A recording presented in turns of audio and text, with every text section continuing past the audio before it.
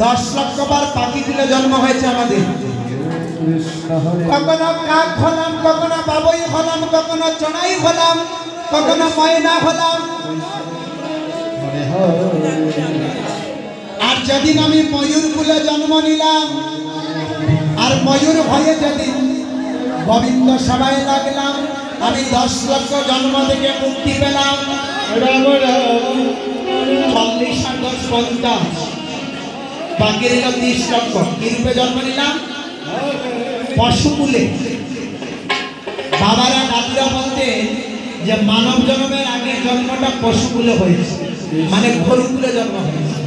তাহলে দেখুন, কখনো বাঘ হলাম, কখনো ভালুক হলাম, কখনো সিংহ হলাম, কৃষ্ণ কৃষ্ণ। বনের কতই বা জানোয়ার হলাম।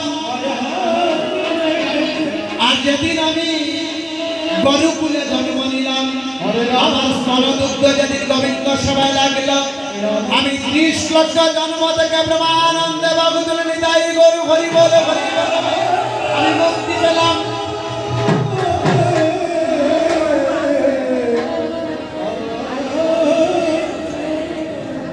তারপর 4 লক্ষ বার মানব। কত কষ্ট পেয়ে জন্ম নিয়েছি, এমনি এমনি ছেড়ে দিবেন? ওটাকে একবার গোবিন্দ সবাই লাগে কৃষ্ণ। আজকে মারলে কালকে 2 দিন। আমি কীর্তন শেষে গিয়ে রুমে ঘুমাবো, কালকে সকালে যদি চকটা খুলি হবে আমার সকাল, আর চকটা যদি বন্ধ থাকে হবে আমার পরকাল। জীবনে একটা জিনিসকে গ্যারান্টি দিতে পারে না। আমি কথাগুলো বলছি, কালকে একবার পরীক্ষা করে দেখবি। এই বিশ্ব ব্রহ্মাণ্ডের সবচেয়ে বড় জ্যোতিষের কাছে যাবে, গিয়ে বলবেন যে আমার মৃত্যু দিন কবে, একবার বলে দাও। এখানে এই জগতে কেউ বলতে পারবে না মৃত্যু দিন কবে।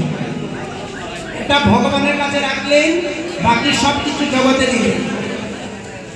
জন্মদিন বলা যায়, বিবাহের দিন বলা যায়, সব কিছু বলা যায়, কিন্তু মরণের 1 সেকেন্ড আগে কেউ বলতে পারে না আমার মৃত্যু হচ্ছে।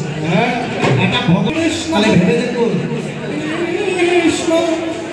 আজকে বললে কালকে 2 দিন, এই জীবনের গ্যারেন্টি না।